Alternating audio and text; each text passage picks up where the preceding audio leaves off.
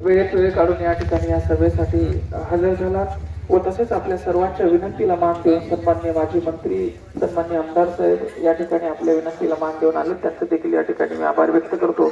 मायबापा, मागच्या 8 दिवसापासून आपण बघतोय, धावतोय, पळतोय. कशासाठी? तर मतदानासाठी नव्हे, आपला हक्काचा माणूस त्या सभागृहात जावा यासाठी. प्रत्येक जण येतोय, तुम्हाला मतदान मागतोय, प्रत्येक जण आलाय, तुम्हाला मतदान मागितले आहे. मात्र यावेळी काहीतरी बदल करायचा आहे. यावेळी जे तरुण माझ्यासोबत फिरताय, यावेळी जे लहान लेकरा माझ्याकडे मोठ्या आशेने बघताय, त्याची मान खाली झुकू द्यायची नाही आणि मला या ठिकाणी उघडं पडू द्यायचं नाही, हे सांगण्यासाठी साहेब या ठिकाणी आले. समोरच्या उमेदवाराकडे गडगंज असं संपत्ती आहे, गडगंज असा पैसा आहे, अमाप यांची सत्ता आहे, अमाप त्यांचे लोक आहेत. मात्र मी एकटाच या ठिकाणी आहे. अनावधानानं एक युती झाली होती, जागा सुटली होती, प्रामाणिकपणे आम्ही लढणार होतो. सर्वांनी म्हटलं पक्ष निवडायचं, चालू पक्ष आपण निवडला, कारण आपण गावागावात जातोय, आश्वासन देतोय, उद्या ते कामं देखील आपल्याला करावं लागतील. म्हणून अगोदर साहेबांना विचारलं की साहेब मी जाणार आहे, मी आश्वासन देणार आहे, पण ते कामं झाले पाहिजे. साहेबांनी, संदीपान डोंगरे साहेबांनी पण सांगितलं आणि साहेबांनी पण सांगितलं, मंगेश आम्ही तुझ्या पाठीशी आहोत, तू कुठेही काही काम सांगितलं तर आम्ही करायला तयार आहोत. त्या अनुषंगाने आम्ही पक्ष निवडला आणि या ठिकाणी काम करतोय.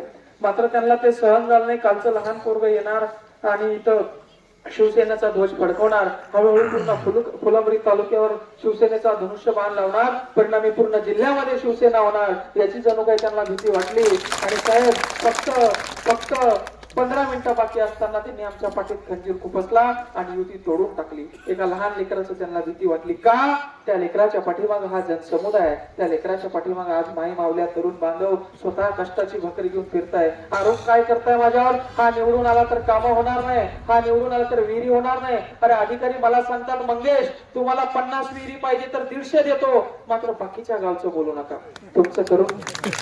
आता माव गाव झालं, माझ्या गावचे कामं झाले, आता मी त्यांना सांगणार आहे साहेब मग 24 गावं सोडा, बाकीचं तुम्ही तिकडे काही करा. म्हणून तुम्हाला मला एक संधी द्यावं लागणार आहे. बापू साहेबही म्हणले, मंगेश तुला काही मदत लागली तर सांग, आम्ही तुझ्या पाठीमाग आहे. साहेबही म्हणले, काही मदत लागली सांग, तुझ्या पाठीमाग आहे. मी म्हणलं साहेब मला काहीच मदत लागत नाही, तुम्ही फक्त या आणि माझ्या जनतेला आश्वासन द्या की मंगेश जो बोलतोय त्याच्या पाठीवर हात ठेवून आम्ही ते काम तुला पूर्ण करण्याचं आश्वासन देऊ.